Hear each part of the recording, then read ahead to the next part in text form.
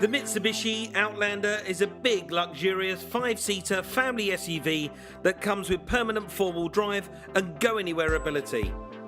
This is the latest version, and it's a plug-in hybrid, which means it combines a 2-litre petrol engine with 2 electric motors that can run off a battery that you can plug in and recharge.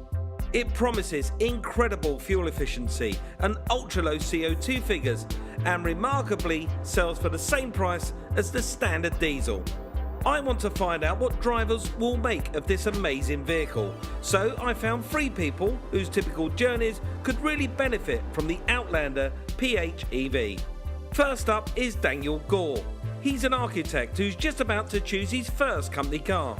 He'd hugely benefit from the favourable benefit in kind figures on the Outlander, but I want to know if this car could find a place on his shopping list. This vehicle, for your commute, other than the cost of just charging up overnight, which would be roughly £1, you've got infinite fuel economy all the time it's in electric mode. Does that sound good? That sounds great, yes. It does. Do you want to drive it? I'd love to. Alison Maxwell owns her own business and runs 2 vehicles. She also regularly visits family and business contacts in London and would benefit both from the 100% capital allowance and the free congestion charging. So what vehicles do you use? I have a van for my business and a BMW for my personal use. So having a good, comfortable and solid, reliable car for you is really important, especially if you're going out to meet clients and do consultations. Something reliable, economical and also green. Yeah, green business, you need a green car, don't you, to go along with it. So if I was to say to you that you could drive something like this with infinite miles per gallon. I'd be really impressed, yes. You would? Yes, I certainly would. Do you want to see what it drives like? I'd love to. Finally, there's Tom Heyman-Joyce, a self-confessed petrol head.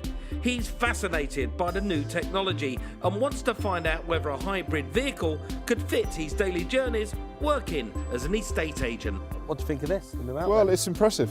I mean, if I'm coming to see a house like this, and the client's obviously got environment at the top of their hit list, and we also turn up in a vehicle like this, it really give me a foot in the door and give me a good edge over my competition. Okay, well, this vehicle has been on charge, so I can just disconnect this lead. Great. So do you fancy taking it for a drive? Yeah, we can take it for a drive. It's not my normal type of car. I'm a bit of a petrol head. I like the performance, so it'll be interesting to see whether it can perform. I think you're going to be pleasantly surprised. Okay. Jump in.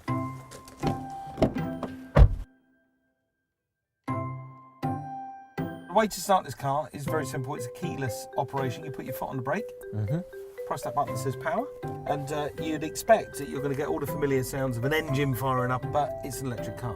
Now, believe it or not, the car's running. Is it really? Yeah, It's so quiet. Doesn't feel real, does it? No, it really doesn't. This is quite surreal. Yeah, that lack of noise, it's a big difference. It's extremely quiet and smooth. It is, isn't it? It feels like you're not driving, it's just so easy. Well, at the moment, we're driving in pure electric mode, so the car is just running as an electric car. And do you know what's coming out the exhaust pipe at the moment? Probably nothing. Yeah. Nothing, yeah. Absolutely zippo. It's very responsive. It does actually pick up and pull and go. That's quite surprising, actually. I was slightly concerned that it was going to be a bit of a slouch, but first impressions are not that. The other thing about this car, it's got an electric motor at the rear, one at the front, it's got this 2-litre engine as well. Yeah. Coupled together, it's 200 brake horsepower. And when you put your foot down just then, Yeah. dropped into using the 2-litre petrol engine, Yeah. very frugal engine. Yeah. Wow, that's impressive. You can't help but notice when it flicks between the two. But it's seamless, isn't it? That It's seamless, oh transition. yeah. It's the little icons on the screen. It's quite enjoyable to drive, watching all this going on. On that screen in front Yeah. of you, you see you've got battery going to the wheel and engine going to the wheel. I'm with you. At the moment, you'll see it's just a battery. You can drive this car for 32 miles, just like this, if you was to plug it in overnight. That's fantastic. If I was looking to swap to this kind of vehicle, what financial benefits would I get? Would the business get? Okay, well the first financial benefit you get is obviously you'd have more money in your pocket because you're going to get a lot more fuel economy out of a car like this. I don't know what you're spending a week on fuel. It's about £80 a week. I predict that with your journey and the way you drive, you'll probably be spending about £80 a month.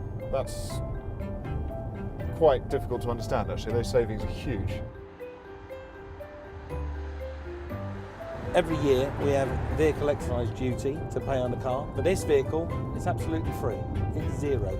because the emissions are so low that you don't have to pay road tax. Oh, that's always a plus.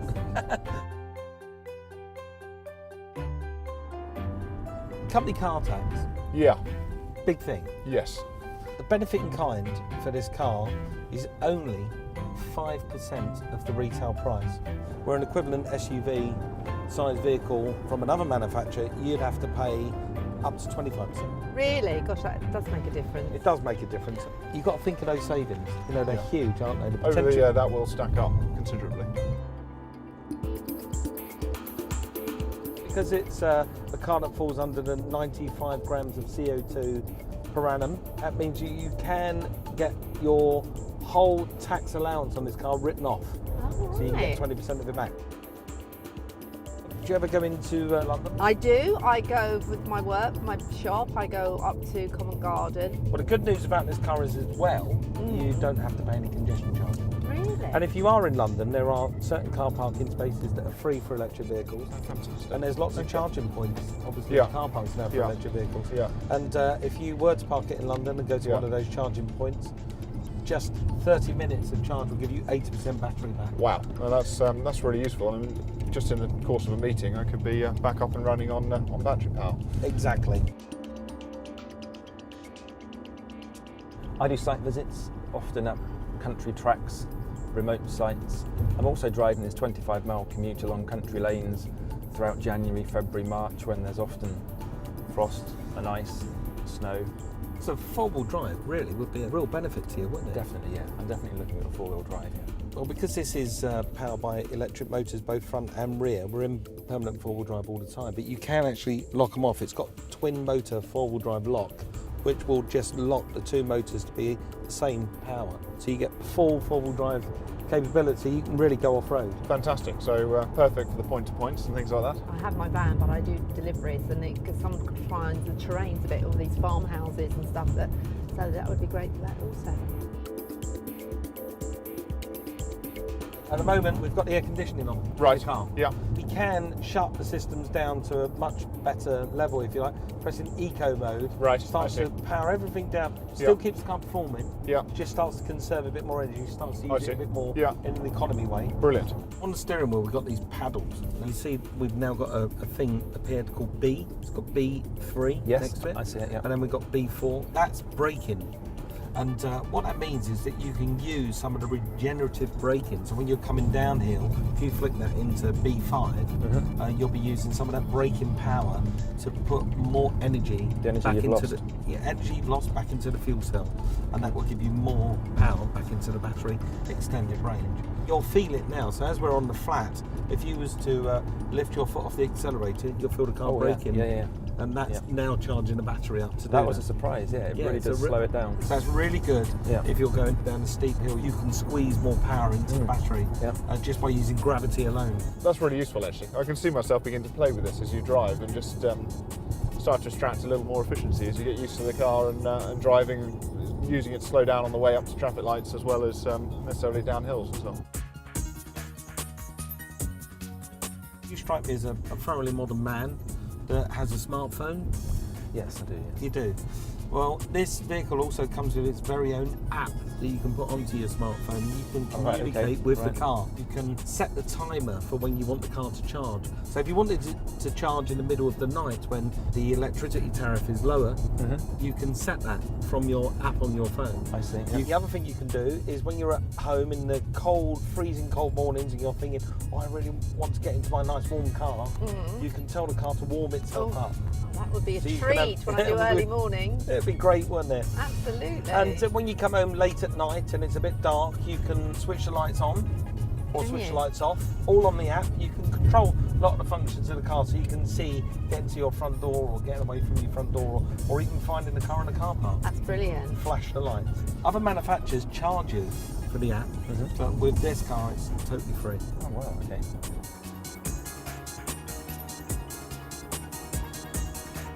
We've talked about all the advantages, and this is going to save me an awful lot of money day to day. What are the disadvantages? I've got a young daughter, I've got a family, we need some decent boot space. This car has got no compromises, and that's a surprising thing. Yeah. It's a full 5-seater Yeah. car with a huge boot. You can put your daughter's bike in the back, put your Yeah. golf clubs in, go Yeah. shopping. There are literally no compromises. Okay.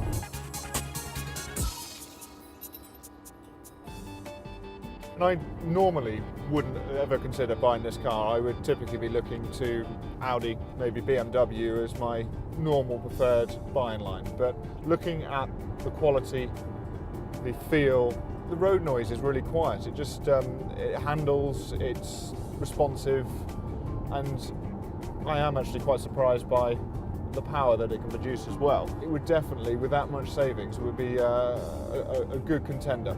Now you've really had a good test. What do you think of it? It's a great drive. In terms of the pounds, that's something they can't ignore. I think it's a much smoother drive. A BM could be a bit of a hard drive. It's really nice, very friendly, very easy and comfortable.